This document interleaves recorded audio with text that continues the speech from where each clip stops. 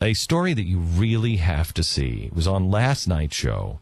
I think I sat with Dietrich Bonhoeffer last night. I think I sat with a new Dietrich Bonhoeffer. This guy is a Chinese dissident that was part of the Communist Party. He was a professor. He was an atheist. He believed in communism, thought it was great, but wanted to make some changes, wanted to support some changes in some of the students in his class. And so he went to Tiananmen Square.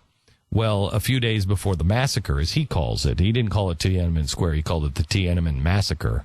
He said before the Tiananmen Massacre happened, he said, my wife got sick, and so I had to leave. He said, and then I saw what happened afterwards. The state started coming after all those who were speaking their mind. And he said, I thought we were all this new open society.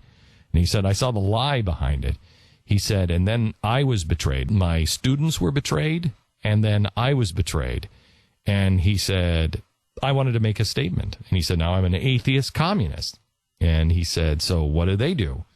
He said, I planned on becoming a suicide bomber, and I was going to take all of those people out.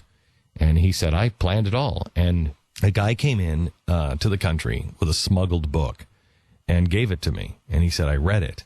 And it was about a preacher in China that was, living underground. He said, I had never heard of Christianity before or anything. He said, I got a hold of the Bible, which are black market. You go to prison for that.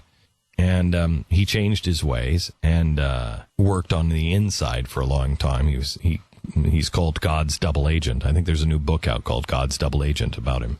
He worked inside for a long time. What he said last night was shocking, really shocking.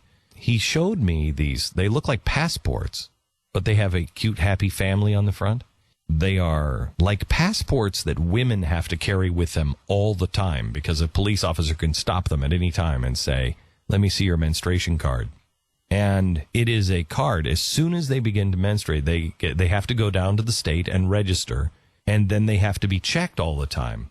You get your birth control, and if you don't have birth control on you, you can be fined. It shows your sterilization, timeline, everything. And you have to have it on you all the time. He showed this to me last night. I've never seen anything like it.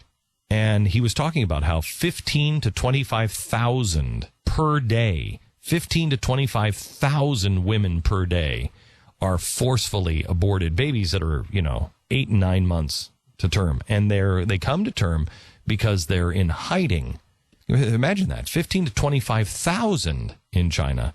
And there are 500,000 undercover agents that are only looking for women who are living in the shadows.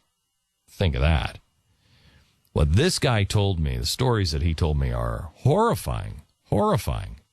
And I asked him, how do you feel about people like me who is sitting here with an iPad built at Foxconn? And he said, to each his own, everybody has to make their own decision. He said, but I came over here and I got asylum here in the United States because they were going to kill me and my wife. And he said, we got over here. And he said, I saved a person who had just gotten out of prison for 7 years, 6 or 7 years in prison for having a Bible study. And he said, she came over to our house here after we got her out of China. And he said, we were decorating the Christmas tree. And, just like every time, he said, the Christmas lights are all in knots. And she said, I'll fix that. And he said, like a minute, everything was untangled. And I said, how did you do that so fast?